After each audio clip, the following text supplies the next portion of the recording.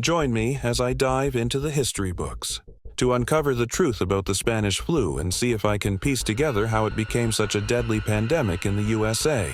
Imagine a virus that killed more people in a year than the entire Black Death over a century. That was the Spanish flu, also known as the 1918 flu pandemic.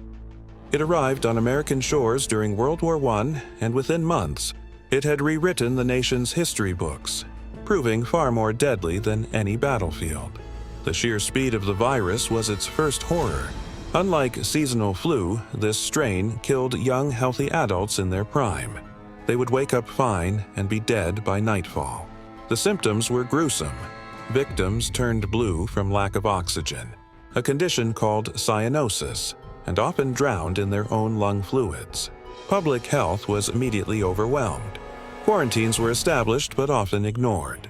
Masks, usually simple gauze, offered minimal protection, yet refusal to wear them led to fines and public shaming. Schools, churches, and theaters were closed, but parades and gatherings like the massive Fourth Liberty Loan Drive in Philadelphia were allowed to proceed, becoming superspreader events that accelerated the catastrophe across the country. The pandemic was wrongly named the Spanish flu because Spain, neutral in WWI, was the only country whose newspapers could report freely on the illness. Its true origin is still debated, but evidence points strongly toward the United States, likely beginning at Camp Funston, Kansas, or a nearby military base. American troops then carried it globally. The U.S. government response was fractured. The Surgeon General downplayed the threat to maintain wartime morale. This silence and deception proved catastrophic.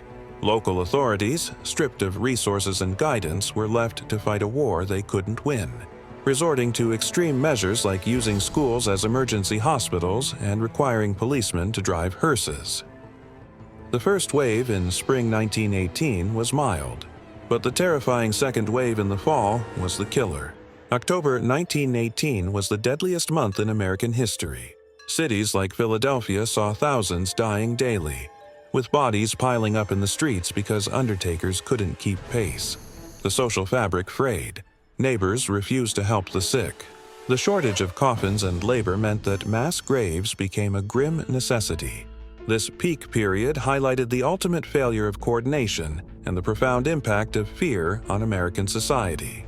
It was a time when the entire country was forced to confront its own fragility.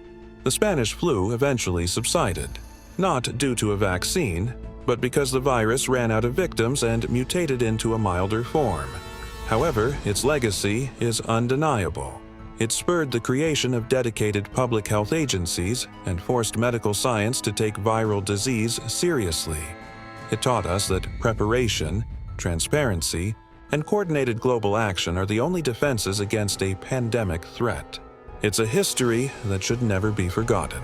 What part of the 1918 tragedy surprised you the most? Share your thoughts in the comments below. And don't forget to like and subscribe. Click here to watch my video on the surprising origins of the polio vaccine.